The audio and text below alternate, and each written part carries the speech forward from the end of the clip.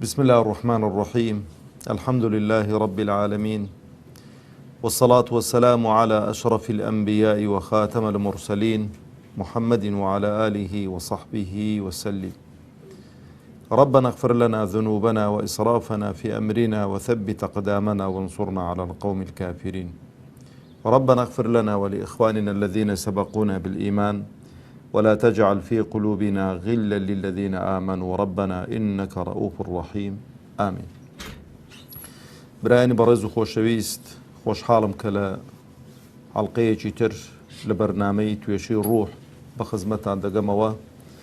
خوازیارم خوای پەروەردگار تەبارەک وتەعالە ئەو بەرنامەی بخاتە تەرازووی چاکەکانمان و تەرازووی چاکەکانمانی پێ قوڕسکە، عاقیبەت خێرمان بکە، سەربەرز و سەرفرازی دنیا و قیامەتمان بکە، بە مسلمانی بمانژێنێ، بە مسلمانی بمانمرێنێ، بە مسلمانی زیندیمان بکاتەوە ئینشاء الله، و بە گەورەی و عەزەمەتی خۆی داهاتوومان لە ڕابردوومان باشتر بکە. برا شیرنەکانی خۆ، لە حەڵقەی ڕابردوو باسی نەفسی مطمئینەمان کرد و گوتمان ئەو نەفسەی کە خوای پەروەردگار تەبارەک وتەعالە بە ئینسانەکانی داوە، سێ دەور دەبینێ، سێ ڕۆڵ دەبینێ لە ناو جەستەی ئینساندا، و خۆشبەختی بۆ ئەو کەسانەی کە خاوەنی نەفسی مطمئینەن، ئەو نەفسەی کە ڕێگای خوای دۆزیوەتەوە، ئەو نەفسەی کە ئیطمئنانیەتی وەرگرتووە لە عیبادەت و خواپەرستی و لە کاری چاک، و توانیوێتی زاڵ بێ بەسەر خۆیدا، تخونی خراپە و خراپەکاری نەکەوێتن، چ بە کردەوەی دڵ بێ، چکە هەندێک گوناه و تاوان براشرنەکانی خۆم بەدڵ دەکرێتن. ئەعمالی قەلب زۆر معتەبەرترە لە ئەعمالی جەوارح، کردەوەکانی دڵ زۆر جێی ئەعتیبارترن لە کردەوەکانی دەست و چاو و قاچ و زوبان و ئەوانە. و زۆرێک لە عولەما دەفەرمون ئەسڵەکە کردەوەی دڵە، ئەوانەی دیکە بە دوای دڵدا دەکەون. لەبەرەوە خۆشە ئینسان بزانێت چۆن معاملە دەکاتن لە دنیا بە تایبەتی، و ئەو نەفسەی خۆی پۆلێنکە بۆ خۆی بڕیار لەسەر خۆی بدا، بزانێت داخۆ ئەو نەفسەی لە کامە نەفسە. دووەم جۆری نەفس براشرنەکانی خۆم، النەفس اللەوامە. نەفسی لەوامە ئیبن قەییمی جەوزی ڕەحمەتی خوای لێبێ پێناسەیەکی جوانی بۆ کردووە. جارێ عولەما دەفەرمون نەفسی لەوامە دەڵێ ئەو نەفسەیە کە لەسەر حاڵەتێکدا جێگیر نابێ. نەفسی لەوامە دەفەرمون لەسەر حاڵەتێکی ئیستیقرار وەرناگرێتن، هەر جارەی لەسەر حاڵەتێک دەبێ، جارێ وایە باشە، جارێ وایە خراپە، بەڵام نە خراپی دەبێتە پێناسەی ئەو نەفسە، نە چاکەش دەبێتە پێناسەی ئەو نەفسە بۆ یەکلا بێتەوە. گوناه و تاوان دەکا، زوو پەشیمان دەبێت و تۆبە دەکاتن. دڵی برایەک عادز دەکا، زوو پەشیمان دەبێتەوە و گلەی لە خۆی دەکا بۆ ئەوی شت کرد. بەلای حەرامێکدا دەڕوە، تۆبە دەکات و پەشیمان دەبێتەوە و سەرنەزشتی دڵ و دەروونەکەی خۆی دەکات. ئەوە پێناسەیە کە بۆ نەفسی لەوامە هەندێک لە عولەما ئەوە پێناسەیان کردووە. حەسەنی بەسری ڕەحمەتی خوای لێبێ دەفەرمێ نەفسی ئینسانی ئیماندار، دەفەرمێ إن المؤمن لا تراه إلا يلوم نفسه دائما يقول ما أردت هذا، لما فعلت هذا، كان هذا أولى من هذا، أو نحو هذا الكلام. قسەکەی زۆر بەقووەتە. دەڵێ ئەوە پێدەچێ پێناسەی نەفسی ئینسانی ئیماندار بێ، ئەو نەفسی لەوامە. دەڵێ ئینسانی ئیماندار تەماشە دەکەی لۆمەی خۆی دەکا، دەفەرمێتن بۆ ئەو ئیشت کرد، بۆ ئەو ئیشت کرد، لە بۆ ئەوەت نەکرد، لە بۆ ئەوەت نەکرد، و بۆ ئەو ئیشت کردبایە باشتر بوو، ئەو ئیشت کردبایە باشتر بوو، بۆ مەسەلەن ئیشێکی چاکترت نەدەکرد. ئەوە هەمووی پێناسەی نەفسی لەوامەیە. بەڵام ابن قەیمی جەوزی ڕەحمەتی خوای لێبێ دەفەرمێ نەفسی لەوامە دەفەرمێ ئەللەوامەت و نەوعان. لەوامە خۆی کەلیمەی لەوامە یانی چەنی سەرنزشتکردن و گلەیی لێکردن، دەڵێ دوو زۆرن. لەوامەتون مەلومە، لەوامەتون مەلومە نەفسێک کە گلەیی لە خۆی دەکا بەڵام گلەیشی لێ دەکرێ، گلەیشی لێ دەکرێ. وەلەوامەتون غەیڕ مەلومە، لەوامەیەکیش گلەی لێکردنێکیش کە گلەی لێ ناکرێتن. ئەوە چییە؟ دەفەرمێ اللوامة الملومة هي النفس الجاهلة الظالمة التي يلومها الله وملائكته. لوامي ملومة أو نفس إنساني ظالم مستمكار، إنساني بباورة كافرة منافقة زهر چوني چه ودكي دلك هم بو خوي قليل خوي دكا وهم خواي پروردگار تبارك وتعالى قليل دكا وملائكته قليل دكا. لسر چي؟ لسر أو كمو كري وتقصيري ولا ريبونيك بخوي وبيني لبرن ديش تماشا كان براشر نكاني خم خواي پروردگار تبارك وتعالى خوا پناما دكاتي كأمر دكا أهلي دوزخ برو دوزخ درون ملائكتاني خوا تبارك وتعالى كل لوميك تيام بيضلين ألم يأتيكم نذير هاشي ايوه كسنهات اقدارتان كاتوا زالوين دري ناتواني كابرا او بكا ساليروي بلي هزار نير دراوشي بوتسو بي اعتراف ناكات. قالوا بلا بري والله بلا ما براس ما نزانين وبدوان نكتوين ده حالتان قال شي خوش. انسان براشر نكاني خوم خوب بارزي لو نفسنا بيت بلام نفسي دوام دفرمي اللوامة غير الملومة ضل او نفسيك لومة لخوي دكا بلام لومي لي ناكري لومي لي ناكري سرزنش ناكري للاين شيء للاين خوا وملائكتانا وتبارك وتعالى اوش سيا ضلو نفسي انساني ايمان داره كتماشي او خوشي وخوش گزرانيكي بهج دكاتو نعيمي بهج دكاتو او هم الرازاوي دكا لومە لە خۆی دەکات دەڵێ لە بارانت داب و چاکترت کردبا بۆ چاکترت نەکرد. ئیش دەکاتن بەڵام دەتوانێت چاکتری بکاتن باشتری بکاتن. ئاها تەشبیه نەبێ کابرا دێ سپیکارێکی دیری دەڵێ کاکەوەرە ئەو سپیکارێن بۆ بکە بە شەرتی مەستەڕەی. یعنی بە شەرتی مەستەڕەی چی؟ یعنی کە مەستەڕەی دادنەی بۆشایی لە نێوان مەستەڕەکەی نەبی لە هیچ شوێنێکی ئەوەندە ڕێک و پێک بێت. ئیواشێ دەڵێ کاکە گوێی مەدە هەر کەف ماڵێکی تیا هەڵسوو. ئینسانی ئیماندار نابێ ئیکتیفا بە کەف ماڵەکەی بکات. ئینسانی ئیماندار ئەگە ئەو حاڵەتی لۆمەکردن و سەرزەنشکردن و سەرخستنە سەر دڵت نەبێ دڵ بەسەرت دازاڵ دەبێتن. دەبێ ئەو دڵە بەردەوام کە ئیشێکت کرد بڵێ وەڵای خۆ دەتوانی چاکترێکی بۆ چاکتری لێ نەخەوتای بۆ باشترت نەکرد. ئەو زۆر گرینگە زۆر مهمە. یعنی ئەو سیراعە ئینسان لەگەڵ نەفسی خۆیدا سیراعێکی مەحموودە ستایش کراوە لەلایەن خوا وەخوای پەروەردگار تەبارەک وتەعالە بە جوانترین شێوە پاداشتی ئەو جۆرە ئینسانانە دەداتەوە. لەبەرەوە برا شیرنەکانی خۆم ئینسانی ئیماندار هەوڵدا دائیمەن ئیکتیفا بە ئەشتی سادە نەکا کە خەڵک ئیکتیفای پێ کردووە. ئەگە بتەوێ پلە و پایەکی بەرزت دەستکەوێ بتەوێ پلە و پایەکی چاکت دەستکەوێ لای خوای پەروەردگار تەبارەک وتەعالە بەڕاستی دەبێ دائیمەن لۆمەی خۆت بکەی و دائیمەن هەوڵدەی بە شتە گچکەکان ڕازی نەبی. ئەو دوو پێناسە بۆ نەفسی لەوامە کراوە. ونفسي لوامة بو جانبي نفسي محمودة كلومي خوي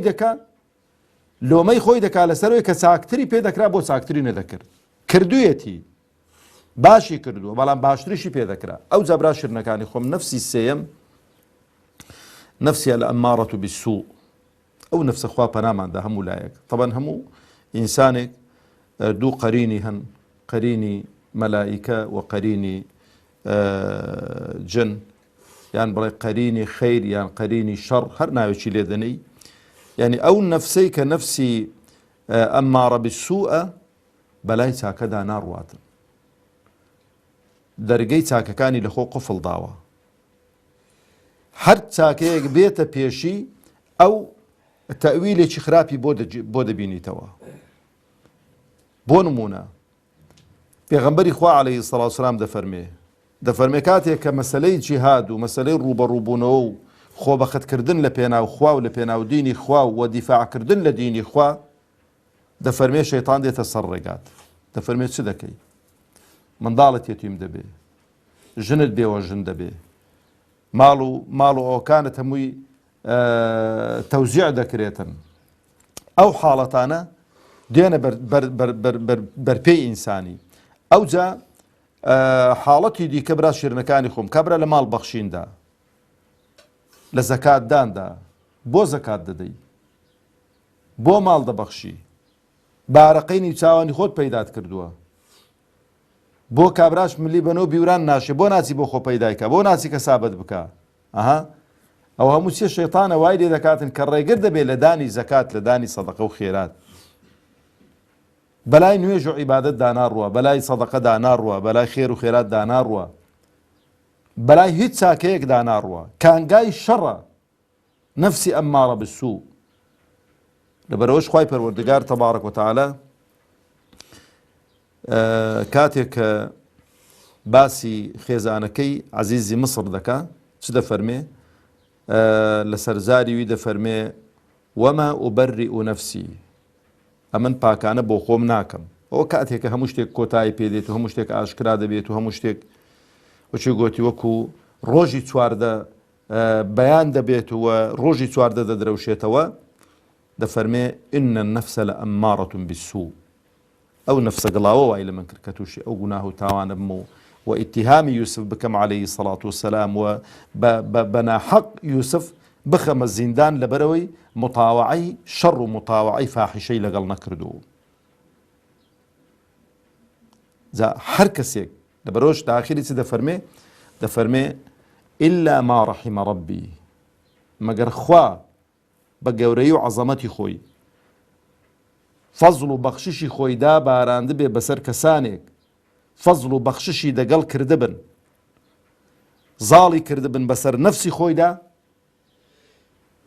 ئەوە دەربازبوونیان نابێتن کەواتە هەر کەسێک برا شیرنەکانی خۆم تەماشەی کرزاڵە بەسەر نەفس و حەز و ئارەزوەکانی خۆیدا بابزانێ لە حونەری و پیاوەتی و شامەتی ئێمەدانیە بزانن کە خوای پەروەردگار تەبارەک وتەعالە تەوفیقی داوەتەوە ئینسانی ئەو ئینسانەی موفق کردووە هەر کاتێک خوای پەروەردگار تەبارەک وتەعالە دەستی هەڵگرت لە عەبد و بەندەی خۆی ئەو عەبد و بەندەیە بەرەو هیلاکەت دەڕواتن بەرەو گومڕایی دەڕواتن بەرەو بێباری دەڕواتن تەویلاتی باتڵ و تەویلاتی سەیر و سەمەرە بۆ خۆی دەبینیتەوە برادەرێکی ڕۆژێک جارێک برادەرێکم بینی نوێژنەکەر بوو ئەمیش گۆ بۆ نوێژان ناکردی و مامۆستا من نوێژان دەکەم تو نوێژی چۆن دەکەی یەکەم من نوێژی ڕوحی دەکەم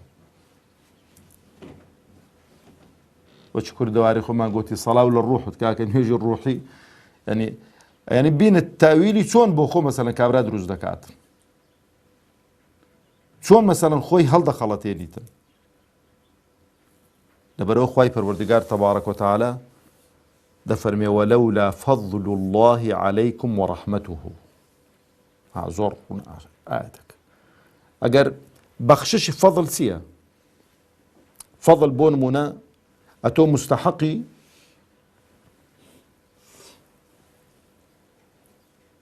100,000 مستحقی 100,000 پێت بدرێتن بەڵام 500,000 پێ دەدرێتن کامە ناوی لێ دەدرێت فەضل 400ەکە ناوی لێ دەدرێت فەضل زیادە زیادە خوای پەروەردگار تەبارەک وتەعالە کە ئەمە ئەگەر تەماشەی کار و کردەوەی خۆمان بکەین ئەوەی کە خوا لەگەڵی کردوین و خوا هیدایەتی داوین و خوا ڕێنمونی کردن و خوا حفزی کردن زۆر زیاترە لەوەی کە ئەمە دەیکەین گەلک لەوەی زیاترە. لەبەرەوە دەفەرمێ ولولا فضل الله عليكم ورحمته، ئەگەر فەزڵ و بەخششی خوا نەبایە بەسەر ئێوەوە و ڕەحمی خوا نەباوە بەسەر ئێوەوە ما زەکا منکم من ئەحەد ئەبەدا، بەخوا کەس لە ئێوە ئەو تەزکیەی نەفسەی کە خوای پەروەردگار تەبارەک و تەعالا باسی دەکاتن نەتان دەتوانی زاڵ بن بەسەر نەفسی خۆتاندا، بەسەر دڵ و دەرونی خۆتاندا. لەبەرەوە زۆر گرنگە برا شیرنەکانی خۆم ئینسانی ئیماندار ئاگای لەو بابەتانە هەبێ. ئەو جا تەماشەکەن پێغەمبەری خوا عەلەیهی سەڵات وسەلام لە خوتبەی حاجە چۆن چکە هەندێک شتێ زەرورە ئینسان هەڵوەستەی لە بەرامبەر بکە بە فکرە خۆی بینیتەوە. پێغەمبەر دەیفەرموو عەلەیهی سەڵات وسەلام ئین الحەمدە لله نەحمەده وەنەستەعینه وەنەستەغفره، سوپاس و ستایش بۆ خوا کە بەس خودایە تەبارەک و تەعالا ستایش دەکرێت سوپاس دەکرێت لەسەر هەموو شتێکی.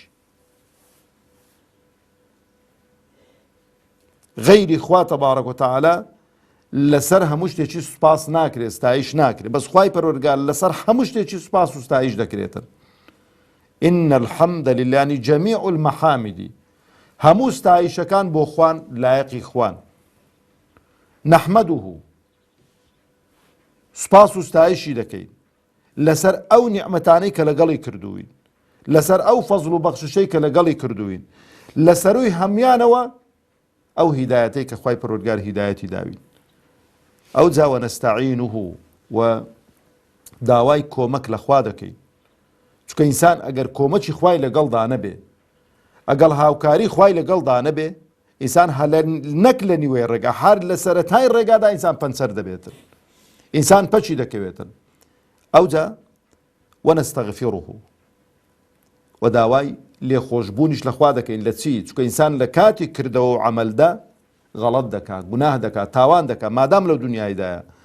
داوای عەفو و مەغفیرەتیشی لێ دەکەین بەرامبەر بەو کرچ و کاڵی و عەیب و عارانەی کە کردومانن. ئەوە چییە فێرمان دەکات کە ئاوا بڵێ؟ پێغەمبەر عەلەیهی سەڵات وسەلام مامۆستای بەشەریەتە. ئەو جا دەفەرمێت چی؟ وەنەعوذ بالله من شرور ئەنفوسنا، و پەنا دەگرین بەخوا لە خراپیەکانی دڵ و دەرونی خۆمان، خراپیەکانی دڵ و دەرونی خۆمان. یعنی ئەگەر خوا تەبارەک و تەعالا بە فریامان نەکەوێ و هاوکارمان نەبێ، ماڵمان وێرانە. لەبەرەوەش برا شیرنەکانی خۆم ئەو جا دەفەرمێت چۆ من سەیئاتی ئەعمالینا، و پەنا دەگرین بەخوا لەو خراپەی ئەو گوناه و تاوانانەی کە کەڵەکەیان کردووە. کەواتە ئینسان ئەگەر ئاگای لە خۆ نەبێ ئەو گوناه و تاوانانەی کە کەڵەکەیان کردووە، ئینسان دەفەوتێنن، ئینسان تووشی هیلاکت دەکەن. لەبەرەوە برا شیرنەکانی خۆم ئەوە بە کورتی ئەو سێ حاڵەتی نەفسە کە بەسەر ئینسان دادێن یەک لە دوای یەک باسمان کردن. خوای پەروەردگار تەبارەک و تەعالا موفقمان بکە و عاقبەتمان خێر بکاتن، و وامان لێ بکاتن کە ببینە خاوەنی نەفسی مطمئینە و ڕزگارمان بێتن لە نەفسی بەتایبەتی لەوامە کە لەومەی لێ دەکرێ، و نەفسی ئەمارە بیسوء ئەوەش بەچی دەکرێ؟ بە زۆری مراقەبە دەکرێ، بە زۆری سەرزەنشتکردنی خۆمان دەکرێ. لە دەرسەکانی داهاتوو دێنە سەر محاسبەکردنی نەفس و چۆن دەتوانین محاسبەی نەفسی خۆمان بکەین، و شێوازی محاسبەکەی چۆنە، و چۆن دەتوانین زاڵ بین بەسەر محاسبەی نەفس، و ئەو خاڵانە چینکە دەبنە هۆکارێکی بەقووەت بۆ محاسبەکردنی نەفسی خۆمان و زاڵبوونمان بەسەریدا. وصلى الله على محمد وعلى آله وصحبه وسلم.